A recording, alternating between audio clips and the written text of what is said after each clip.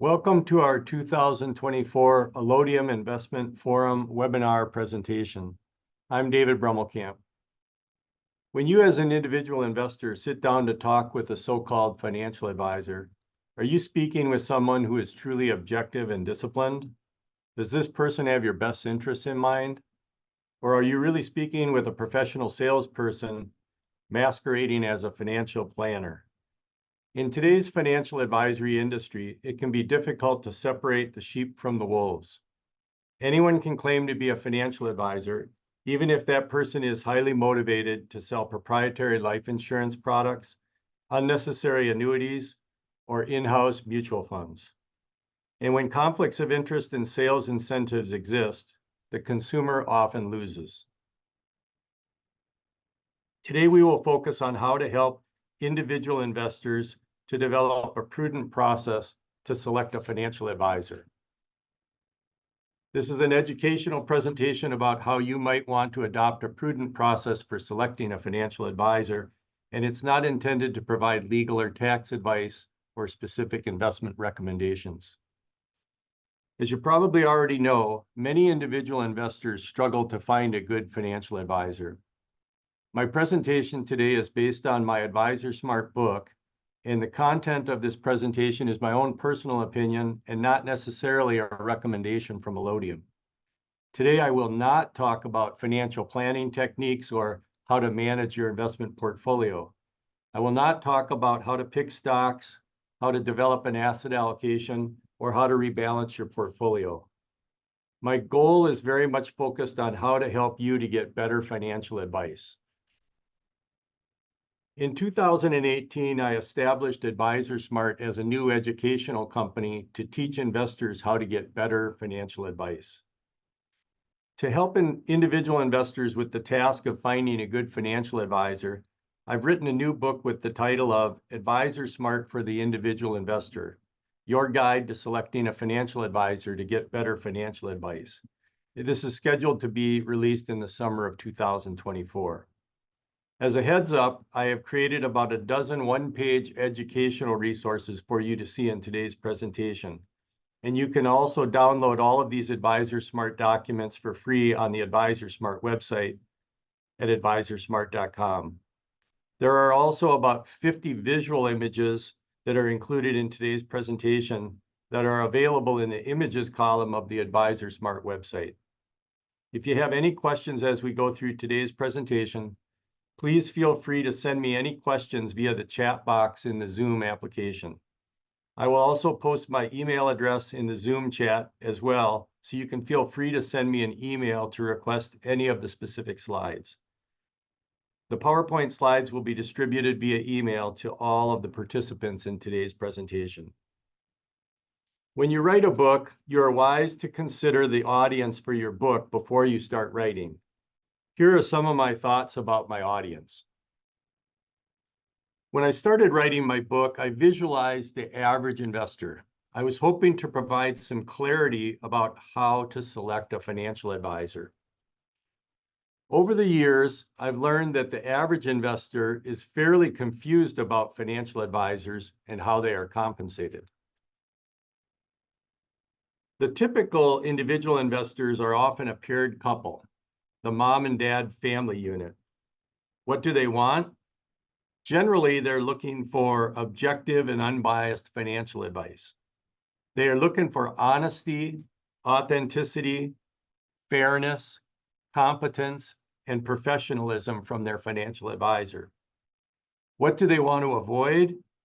They do not want to get scammed or ripped off. They do not want to be misled or to be taken advantage of. With that understanding, I developed a four-part outline for my book. And our presentation today is divided into the four parts, which are aligned with the four parts of my new book. Part one focuses on the sources of financial advice and the types of financial advisors to avoid, and a process of elimination you might want to use to find an advisor. Part two revolves around the characteristics of good advice. Part three is all about searching for the right financial advisor. And finally, part four puts it all together and addresses how to select and hire a financial advisor. In part one of today's presentation, we will focus on the various sources of financial advice available to the individual investor and on the types of financial advisors to avoid. An obvious source of financial advice is to ask family members, coworkers, friends, and neighbors for their advice. Family members are always happy to provide financial advice. This intelligent in-law has the interesting advice to just run up your credit cards. Friends also have plenty of savvy financial tips. In the middle of a tennis game, your friend blurts out, "I'm putting all my money into gold." Your best financial advice might come from your coworker at the water cooler. This coworker whispers, "I've got a hot stock tip for you." I'm sure you're going to make money with that type of information. Neighbors can be very astute investors. This neighbor shares his investment strategy by blurting out, "I buried my life savings in my backyard." If you are not happy with advice from your family and friends and are looking for better financial advice, you might turn to business professionals such as accountants, attorneys, bankers, and insurance professionals. Attorneys are trained legal professionals and may play an important role for you related to legal issues, but they may not be trained in the financial aspects of financial planning. Accountants are also highly trained financial professionals and may play an important role in the preparation of your income tax return, but they also may not be trained in the specifics of comprehensive financial planning. Bank tellers are a common point of contact at a bank, but they are not likely to be trained in financial planning. Your mortgage broker at the local bank knows a lot about your personal financial situation, as you needed to share all your financial information with the bank when you applied for a home loan. But again, she is unlikely to be trained as a financial planner. Your life insurance agent is likely to be knowledgeable about personal finance, and he might very well be an important player in your financial advisory team, but you may already be aware that he is likely to be focused on selling you more life insurance products. Your property and casualty insurance agent is also likely to be knowledgeable about personal finance, and she might very well be an important player in your financial advisory team, but you may already be aware that she might be focused on selling you more insurance policies. Stockbroker Stacy may look safe and honest on the outside, but most investors or all investors need to be aware that commission-based stockbrokers have a financial incentive to recommend transactions. A stockbroker needs to be registered to sell investment securities to the general public. The investment advisor representative is a financial advisor who is registered with either the state or federal government to provide financial advice to investors. This financial professional is a likely source of financial advice for the individual investor who wants to work with a financial advisor who is regulated by the government to provide investment advice. My general advice to all individual investors is to seek out financial advice from an investment advisor representative. The hybrid broker advisor is a two-hat, duly registered, fee-based financial advisor who can act as both an investment advisor representative registered to provide financial advice to individual investors, and at the same time act as a stockbroker who needs to be registered to sell investment securities to the general public. This financial professional is a very likely source of financial advice for the average individual investor because the vast majority of financial advisors in the United States are duly registered. This type of financial advisor is also one of the biggest problems for an individual investor because you can't figure out if and when this type of advisor is providing you with objective fiduciary financial advice. This type of advisor is a tweener, and one of the major problems that the consumer has in seeking out better financial advice. In 1975, with the deregulation of brokerage commissions, Charles Schwab emerged as the de facto leader of a revolution. In response, the large Wall Street brokerage firms started creating the fee-based accounts to replace the commission-based brokerage accounts, as the discount brokerage firms started to eat into the Wall Street commission-based revenues.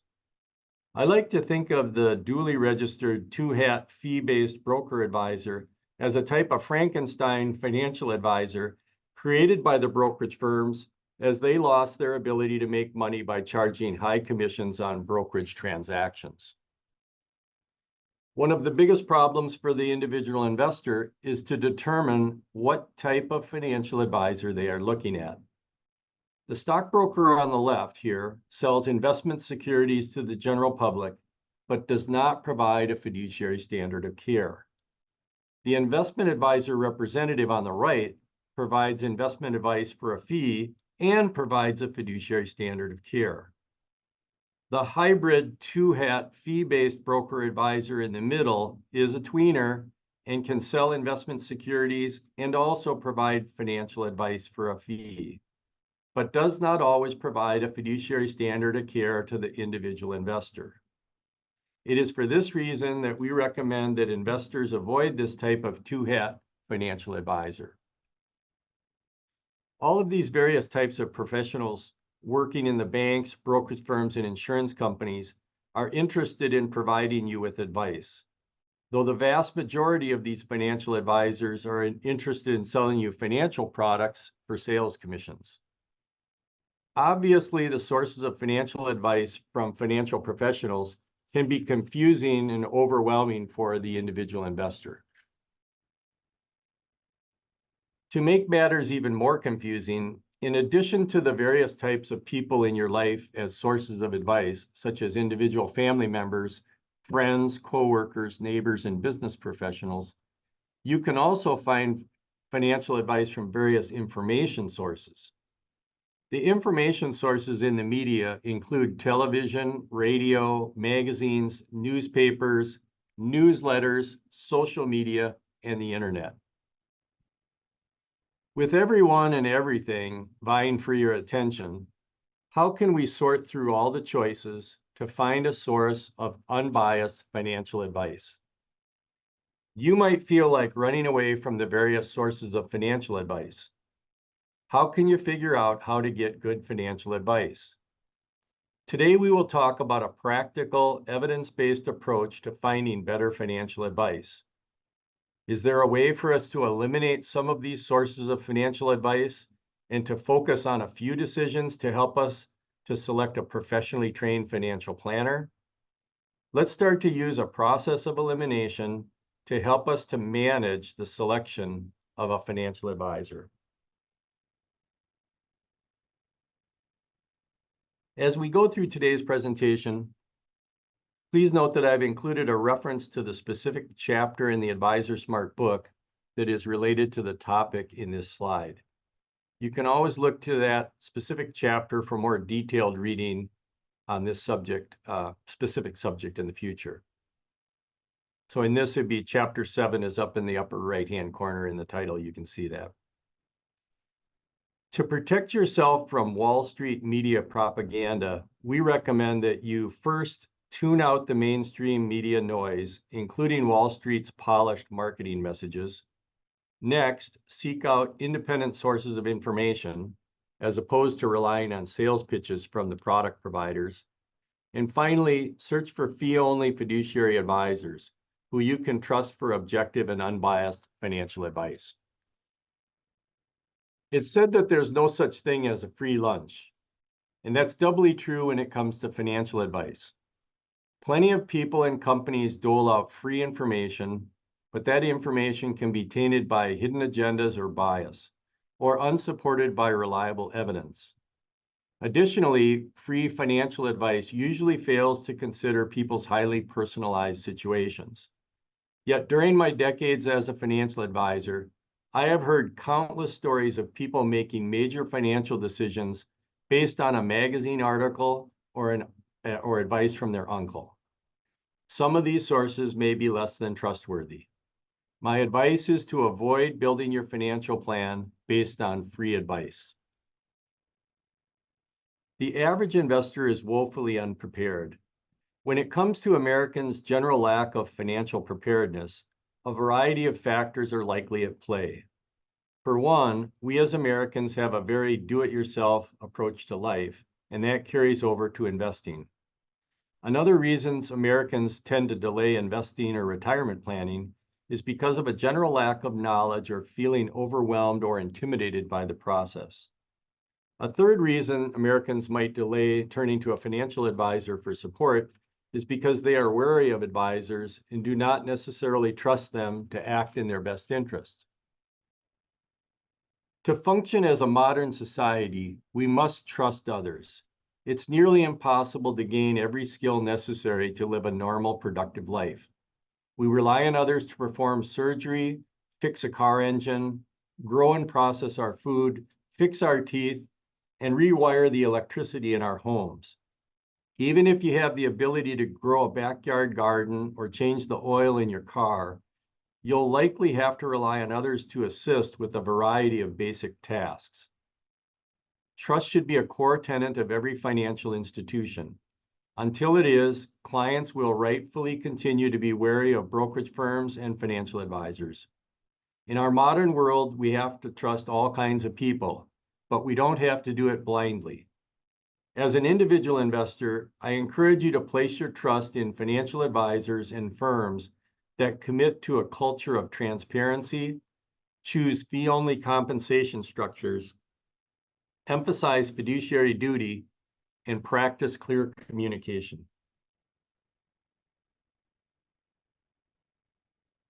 Should you hire a financial advisor or do it yourself? The short answer to this question is no, not everyone.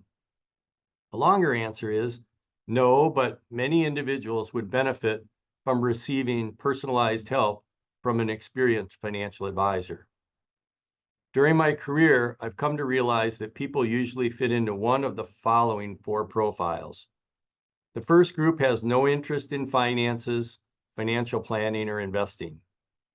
The second group has no time for financial planning or investing. The third group has a lack of the skills needed to master financial planning and/or investing. And the fourth group is the Goldilocks types. These are investors who possess the combination of interest, time, and skills, and they're willing to do the research, take on the responsibility, and stay disciplined. If you are interested in hiring a financial advisor, are you confused about the various job titles that are used by financial professionals? Someone who purports to be a wealth manager might be a perfectly honest and capable individual, or they could be more concerned with turning a profit than emphasizing excellent client care. A person or company could provide any number of services, from estate planning to life insurance sales, and claim to be practicing wealth management. Why is that?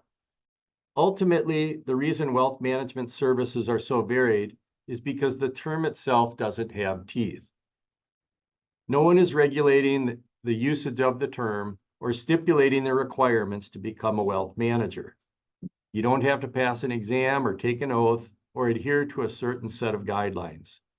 And that can mean trouble for a lot of people who are seeking legitimate financial planning assistance. Wealth management is a term that seems impressive on the surface. It sounds important and official. You'd probably work with someone whose business card said wealth manager over someone who billed themselves as an insurance salesperson. When I think of traditional wealth management, I tend to divide the concept into 2 areas: financial planning and investment management. Financial planning typically involves creating a personalized plan for a client to fit their unique needs and circumstances. Investment management, on the other hand, involves the implementation of financial planning. So if we're using my definition, it would be a wealth manager oversees both financial planning and investment management for high net worth individuals. Here are 5 steps we recommend that you take to get yourself to a financial advisor to obtain more objective financial advice. The first is identify the sources of compensation, avoid brokers and brokerage firms, seek only fee-only financial advisors, then trust your instincts, and for sure ask about a fiduciary standard of care. The first 3 steps are related to financial advisor compensation, which you will learn is one of the biggest obstacles to getting objective financial advice. Most institutional investors want to pay their financial advisors for objective financial advice, as opposed to advice from financial advisors who might have a conflict of interest based on the sale of financial products. Most people would probably agree that brokers have an obvious conflict of interest with their clients with the commission-based compensation and based on the sale of commission-based products. To start an advisor search, you first need to identify the large pool of potential financial advisors. The number of financial advisors in the United States is a big number. You can use government websites that will identify registered and/or licensed financial advisors. For example, in the 2023 Investment Advisor Industry Snapshot, the Investment Advisor Association announced that the sector included over 15,000 fiduciary investment advisors managing over 114 trillion in assets for 62 million clients. One free public source of financial advisory information is the Investment Advisor Public Disclosure website that is provided by the Securities and Exchange Commission.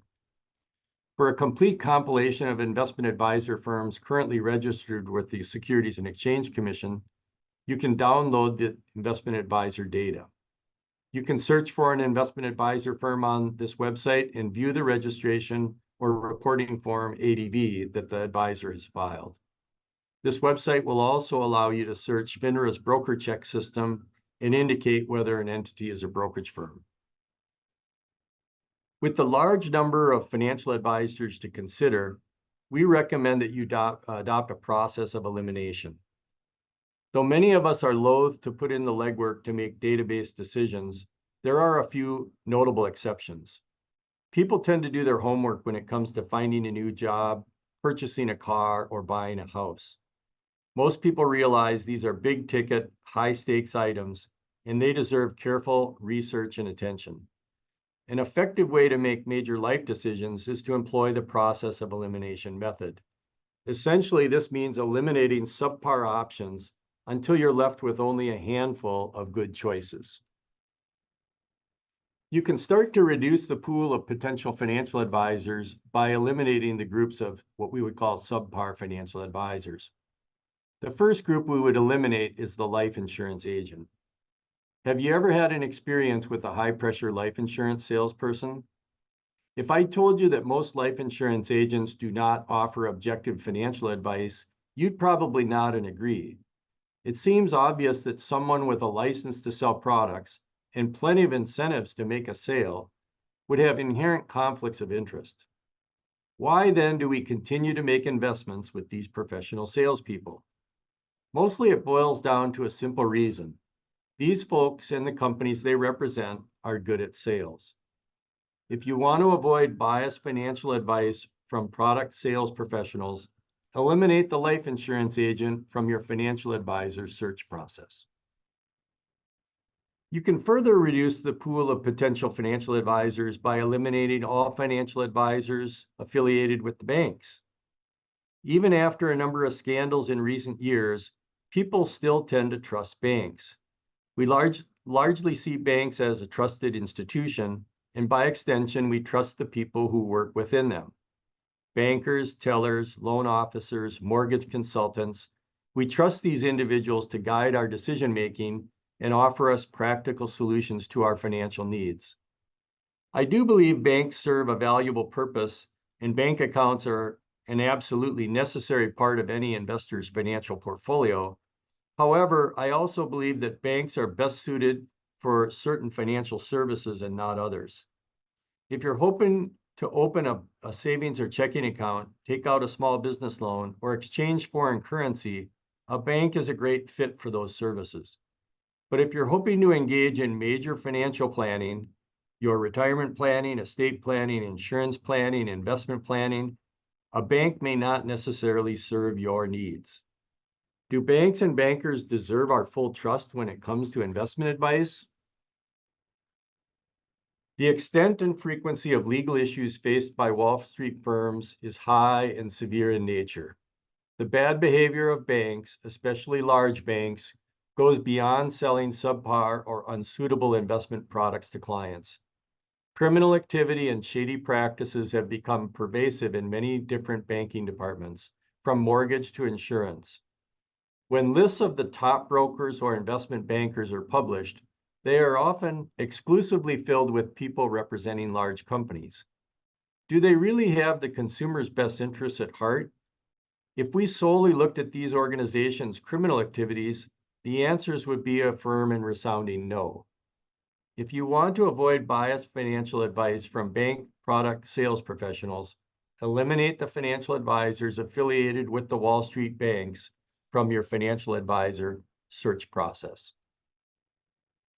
Warren Buffett is always able to summarize a concept with a good quote. He says that Wall Street is the only place that people ride to in a Rolls Royce to get advice from those who take the subway. With a pool of more than 400,000 financial advisors, be aware that many of them are recent college graduates who have been hired by the Wall Street firms to sell investment products.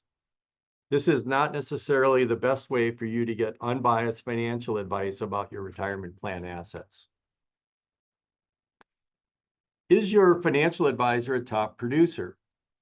A top producer is the individual who generates a lot of sales commission revenue for the firm by selling more investment products than his or her peers. They are good at product sales and are respected as top producers. I joined an investment securities brokerage firm in 1988, earning commissions and bonuses when I convinced clients to purchase or enroll in certain financial products. I wanted to think I was acting in my clients' best interests, but I knew sales incentives and contests influenced some of my decision-making. Not to mention, the company itself had a way of pressuring brokers to push certain products. For years, none of this sat right with me, but I didn't know what to do. I didn't know what other options were open to me. That's when I began taking classes and attending seminars to arm myself with the knowledge to eventually chart a different course. Interested in prudent investing and decision-making, I worked toward and acquired an accredited investment fiduciary analyst designation from the Center for Fiduciary Studies. Attending the center was a tipping point for me in my career. Everything I had been doing, all the independent study, coursework, and earning designations, had taught me what was practical and what was right when it came to guiding clients on investment decisions. I was becoming increasingly discontent with my investment securities brokerage firm and their sales-first mentality. I was ready to put the client first, but when I tried to pass along some of the knowledge I had learned through the Center for Fiduciary Studies, I was told by my brokerage firm's management in no uncertain terms that I couldn't do it. Sales trumped knowledge and profit trumped people. This retribution from the firm was the straw that broke the camel's back. After talking with a mentor, I began figuring out how to leave my brokerage company and start my own customer-centric, fee-only financial advisory firm.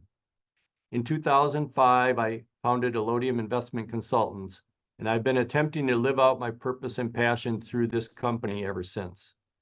Based on my firsthand life experience, I personally think that individual investors should avoid using a stockbroker for financial advice.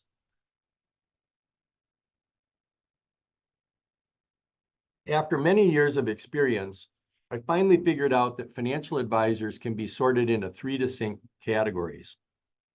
There are three types of financial advisors based on their compensation models. There's brokers, there's the fee-based broker advisors, and then there's fee-only advisors.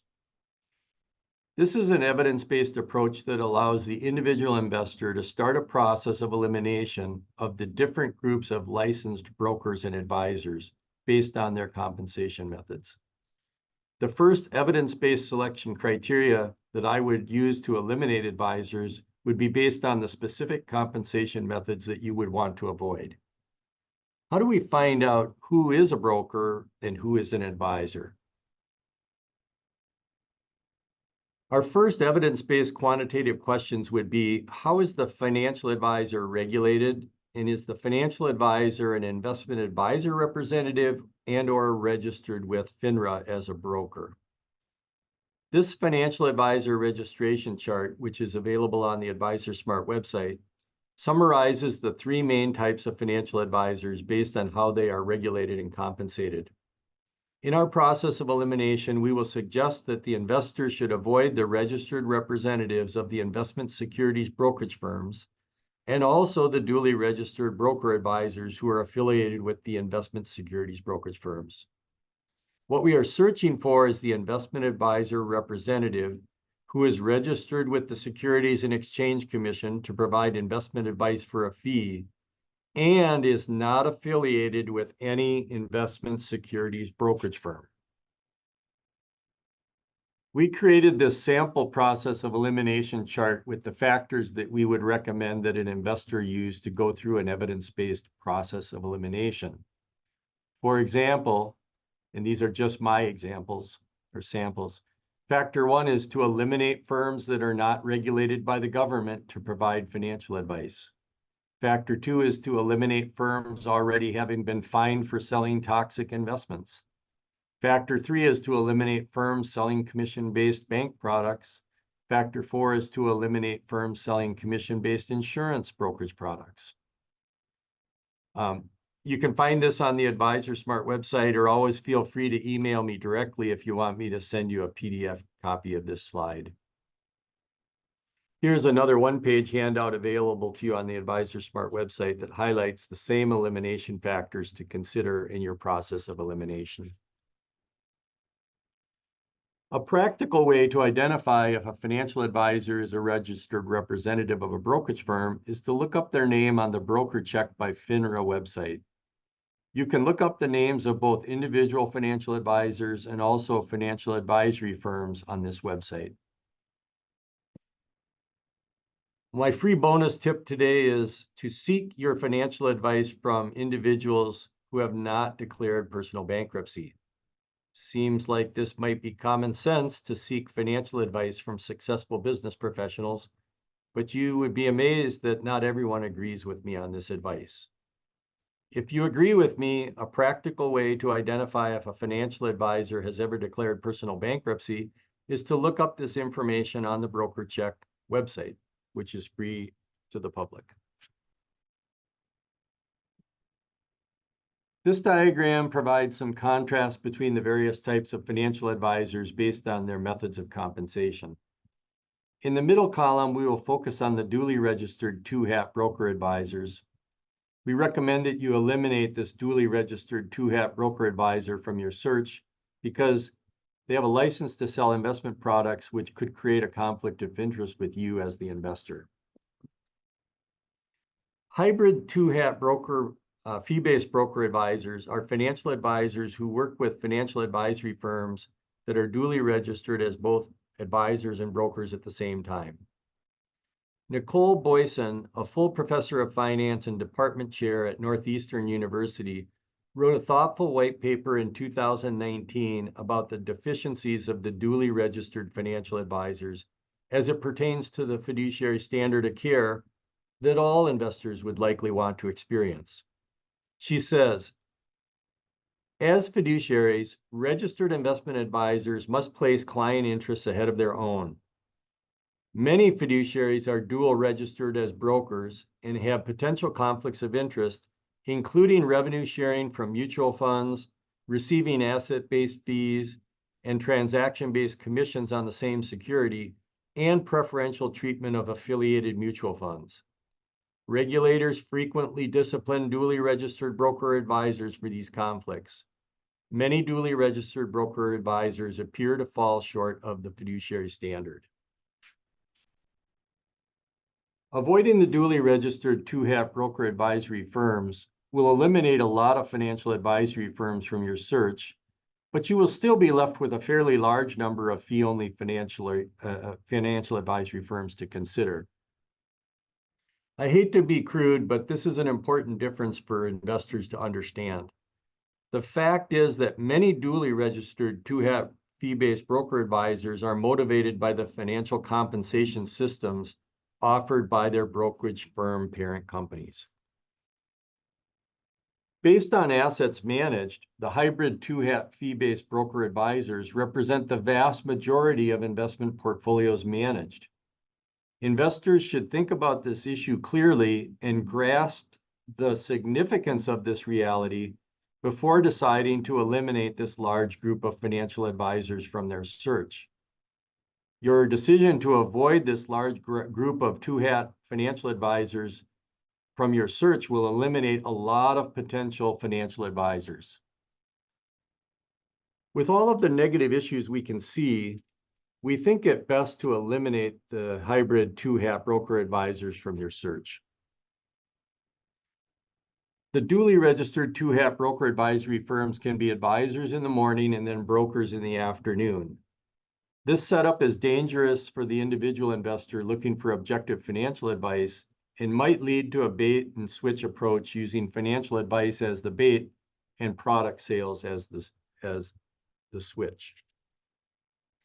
All financial advisors have biases, but you can decide to choose a financial advisor for yourself with the least amount of bias. Most everyone recognizes the obvious bias of the commission-based stockbroker compensated with sales commissions. But not everyone understands the hidden conflicts of interest related to the duly registered two-hat fee-based financial advisors. The financial advisor with the least amount of conflicts with the investor will be the fee-only financial advisor that is unaffiliated with any of the banks, brokerage firms, insurance companies, mutual funds, investment managers, or any of the other financial product providers. To provide you with a simple analogy, we created this diagram. If I were a fish and I saw these three lakes, I would choose to swim in the lake where no fishing is allowed. Look at the bottom right hand. That's where no fishing is allowed. If you are an investor and you see these three lakes, which lake will you choose? Again, look closely at the lake in the bottom right hand corner. Personally, I would recommend that you focus your search exclusively on fee-only financial advisors in your financial advisory search process. Now that we've gone through the sources of financial advice and the process of elimination, let's focus our attention on the characteristics of good advice. What are the most important characteristics for you to look for in a financial advisor? We think that you should want advice that is independent, comprehensive, disciplined, professional, and fiduciary. To eliminate conflicts of interest that will bias the advice of your financial advisor, you will want to search for an independent financial advisor and thus eliminate any financial advisors who are affiliated with custodians, brokerage firms, or investment managers. This will leave you with a smaller pool of independent investment advisors. You will also want to look for financial advisors who can provide comprehensive financial planning advice. If you only have one tax return, why not adopt one holistic financial plan and supporting investment strategy? You will also want to look for financial advisors who can provide disciplined investment management. Adopting a disciplined investment decision-making process will counteract the emotions of investing. You will also want to focus on what you can control and apply daily investment discipline. For professionalism, you will want to seek out a professionally trained, certified financial planner. The CFP is the gold standard for financial planners. Lastly, you will want to seek out a financial advisor who will provide a fiduciary standard of care. A fiduciary duty is an obligation to act in someone else's best interest. This is clearly something that you're going to want from your financial advisor. Getting a promise of a fiduciary standard of care is important, and so you should consider eliminating any financial advisory firm from your search that is unwilling to promise a fiduciary standard of care in writing. It will be wise for you to seek out a napfa-registered financial advisor who will be a certified financial planner working for a fee-only financial firm and who will be willing to provide you with a fiduciary standard of care. NAPFA-registered financial advisors can and will sign a fiduciary oath that they will provide a fiduciary standard of care to you as their client. Now that we've covered the sources of financial advice and the characteristics to look for in good advice, we want to look at a focus on our approach to your search for the right financial advisor.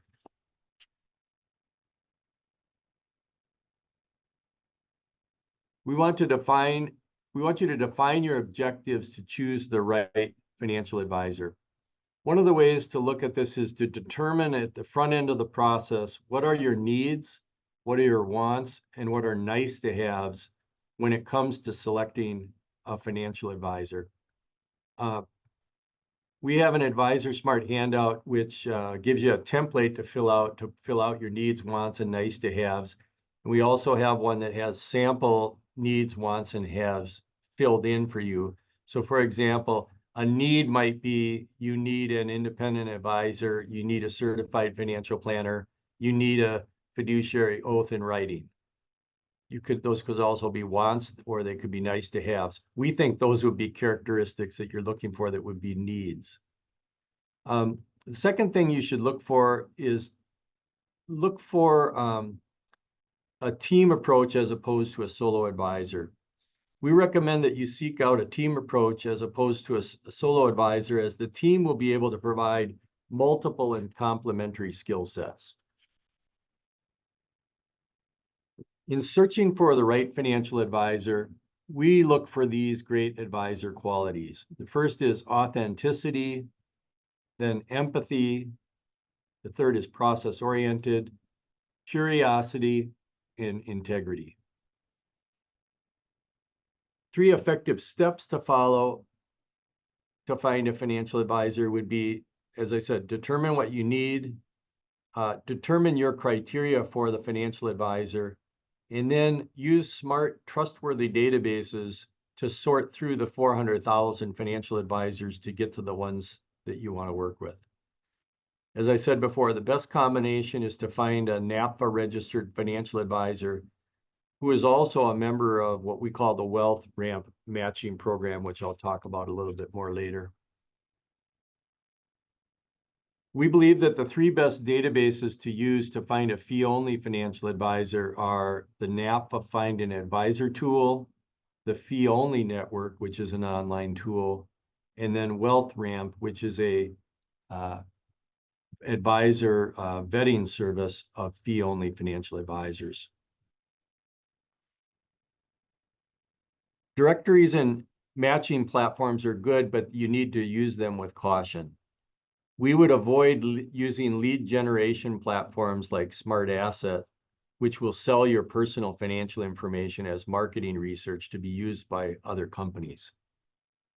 Smart Asset is an online service. You go in and put in 20 pieces of information about yourself, and then they'll recommend 3 advisors.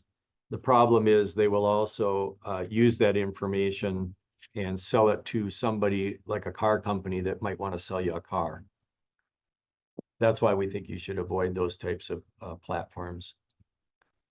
You also want to avoid slick marketing tactics used by financial advisory firms, such as the Best Advisor Awards. So now in the 4th part, let's focus on selecting and hiring a financial advisor and firm. To start the advisor selection process, the pre-interview steps can be described as follows. Develop your needs, wants, and nice to haves list. Conduct internet research before you talk to an advisor on the phone. The third would make your initial inquiry by email or phone. And then number 4, request the relevant documents so that you can study up before you ever meet the advisor. I always think it's remarkable that so many people put such little thought into choosing a financial advisory firm, a decision that can be crucial for one's future livelihood and financial stability. Many people spend more time researching vacation spots than they do financial advisors and/or advisory firms. Sure, Vacation planning might be more fun, but it's not necessarily as impactful as researching potential financial advisors and/or wealth managers. You should read the advisor's documents before you commit to an interview. Before your first meeting with a financial advisor, be prepared to discuss your unique situation. Be candid, notice their interviewing style, determine suitability, understand what you'll get and how much it'll cost, and then do an integrity check. These are some of the major categories of questions you will want to ask the financial advisory firm. Questions will be about their investment philosophy and services, the ownership of the firm, qualifications, their advice model, their advisor compensation, and then if you were to choose to hire the firm, transition logistics. Here are some key questions to ask a financial advisor. Ask questions like, what are your qualifications? Will you provide me with a fiduciary duty of care? Do others benefit if I hire your firm? How will I pay you? And what are your professional credentials? If you want a lot of potential questions to ask a financial advisory about their firm, AdvisorSmart created a free 32-page AdvisorSmart report titled Questions for an Individual Investor to Ask About a Financial Advisory Firm, which you can access for free on the AdvisorSmart website. If you have a hard time finding this report on the AdvisorSmart website, send me an email directly and I'll send a copy of this to you directly. These are some characteristics that you should look for or feelings that you might have when touring a financial firm.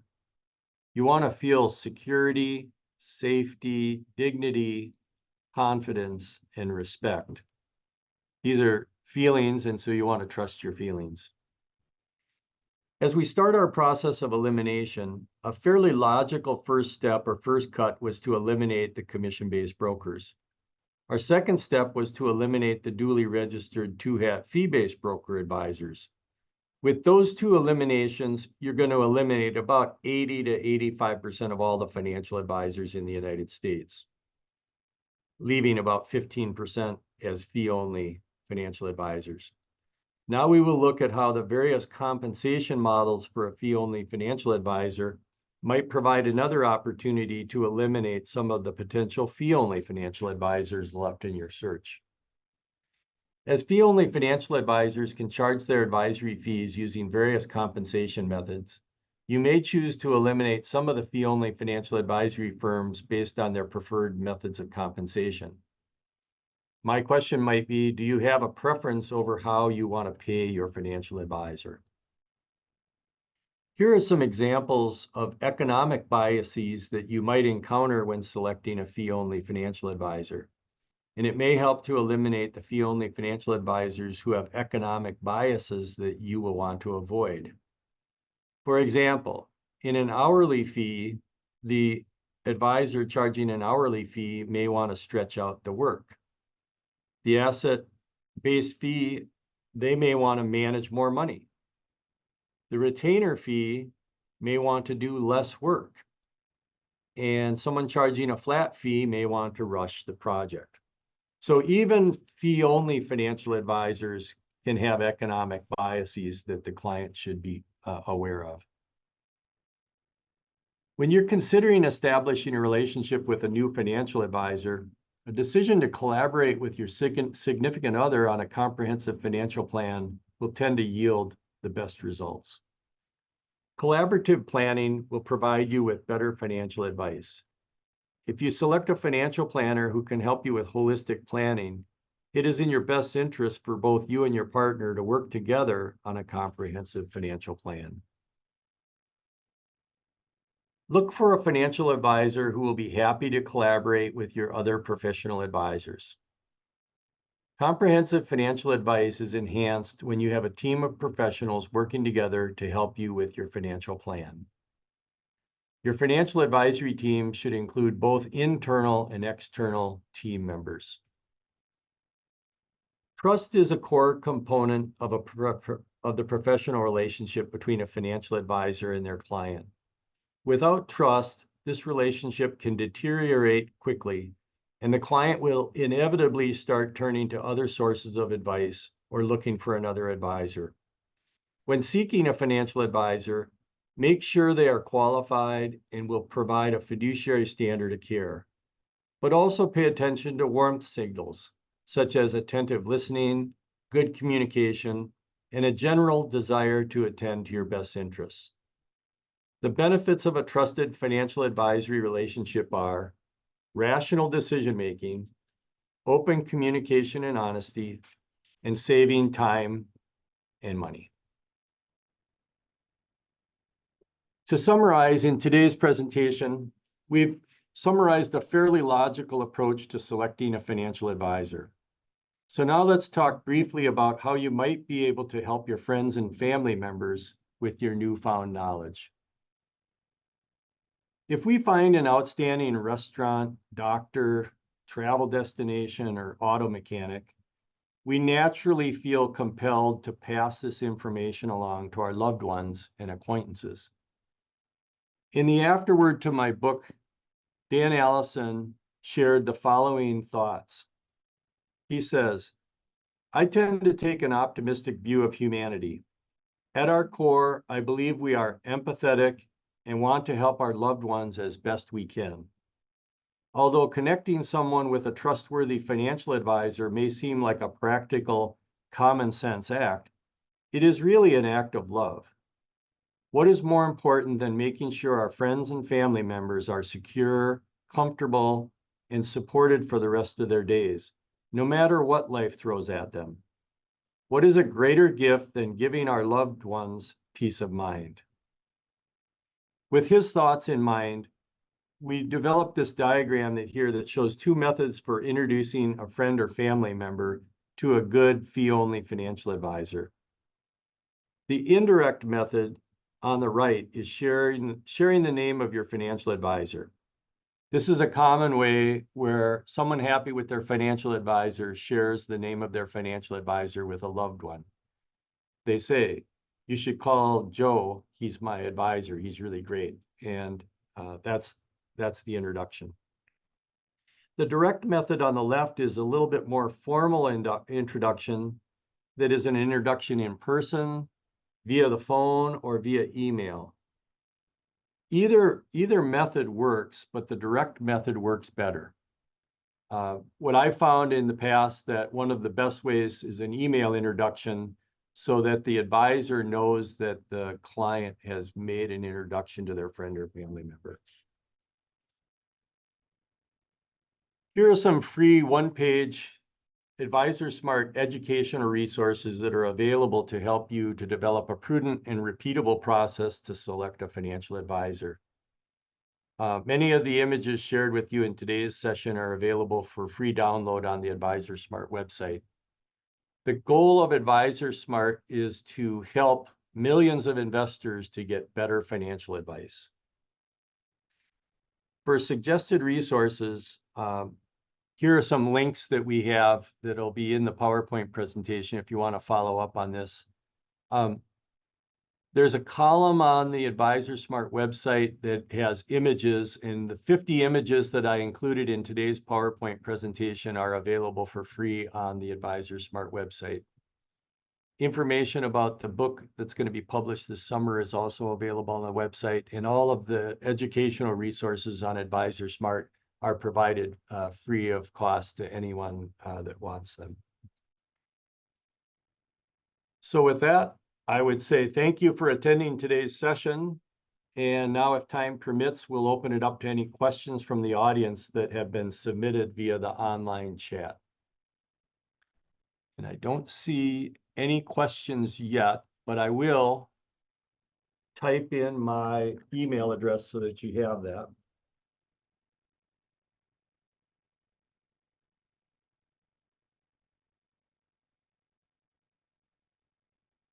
See if I can get that to everyone in the group.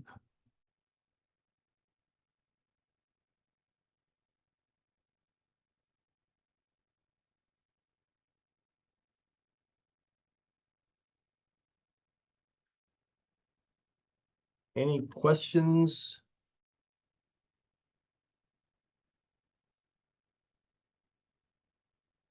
I don't see any questions in the online chat. So with that, I will thank everyone for participating and thank you for your time and good luck in the future.